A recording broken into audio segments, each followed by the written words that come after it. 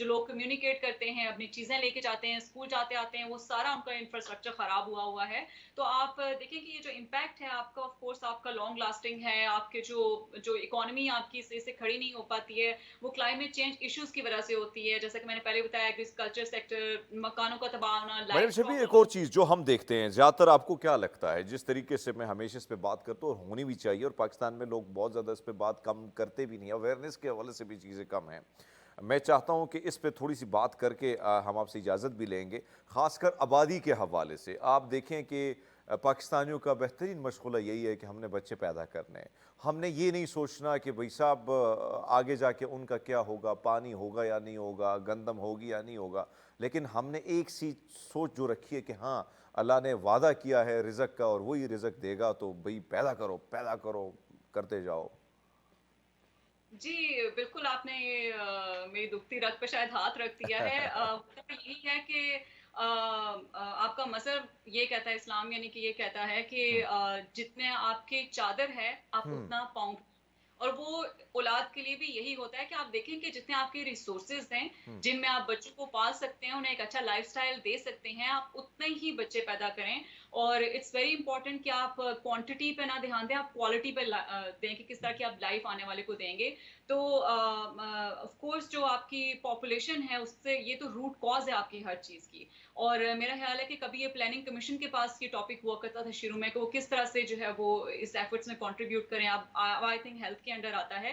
تو یہ جو پاپولیشن کو کنٹرول کرنے کا سلسلہ ہے، یہ بالکل اس پہ کام ہونا چاہیے، کیونکہ آپ کے جو انڈسٹری آپ کی پروڈیوس کرتی ہے، وہ کنزیومر کی ڈیمانڈ کو میٹ کرنے کے لیے پروڈیوس کرتی ہے، اور وہی آپ کے ایمیشن میں کنٹریبیوٹ کرتا ہے. آپ کے جو روٹ کاز ہے سارے انوائرمنٹل ایشوز کی، جو کلائمیٹ چینج کی، جو ایمیشنز کی، وہ آپ کی پاپولیشن ہے، وہ انسان ہے. انسانوں کی وجہ سے یہ سارے حالات ہیں، اور اسی کا بالکل امپیکٹ مریم انسان. شبیر صاحب، آپ نے جو بات کی اس میں کوئی شک نہیں. آپ کا بہت شکریہ، آپ نے ہمیں وقت دیا اور آپ کو ہم نے رات کو جگائے رکھا. 1:30 سے 2 بج رہے ہیں وہاں پہ امریکہ میں، اور آپ ہمارے ساتھ آن لائن آئیں.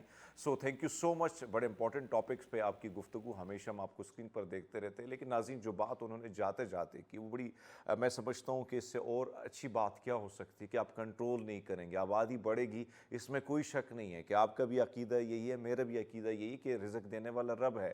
لیکن رب نے chicken korma, chicken biryani, chicken pulao کا وعدہ نہیں کیا، رزق کا وعدہ کیا. وہی دیتے ہیں، رزق دیتے ہیں. لیکن آپ کی سکولنگ ہے، آپ کی کالجز ہے، آپ کے بچے کی تربیت کرنی، اس کو ایک اچھا انوائرمنٹ دینا ہے، اس کو ایک اچھی سہولیات دینی ہے. ان ساری سہولیات کے لیے اگر آپ کے پاس آپ کے بچوں کی تعداد کم ہوگی، تو کم سے کم آپ ان کو ایک اچھی تربیت، اچھی ایجوکیشن، جا کے ایک اچھی اپارچونیٹیز آپ اس کو پرووائڈ کر سکتے ہو. نہ کہ یہ بچے گلی کوچوں میں رلتے پھرتے رہیں اور آپ کو بد دعائیں دیتے رہیں. اور اگر یہ سچویشن رہی اور آبادی جس تیزی سے بڑھ رہی ہے، اس کا نقصان ہمارے ہاں بہت زیادہ ہوگا. کیونکہ آبادی بڑھ رہی ہے، آبادی بڑھے گی، کنسٹرکشن مزید بڑھے گی، فوڈ کی ضروریات بڑھے گی، پانی کی مقدار جو ہے وہ کم ہو جائے گی کیونکہ اس کی ضروریات بڑھ جائیں گی. تو اس ساری سچویشن میں ہم نے اب سب جتنے بھی پاکستانی ہیں، ہم سب نے اپنا رول جو ہے وہ نبھانا ہے. دوستو، کل تک کے لیے دیجیے گا اجازت. آپ سب کے فیڈ بیک کا ضرور انتظار رہے گا. اپنا اور اپنوں کو بہت سارا خیال رکھیں. بہت شکریہ.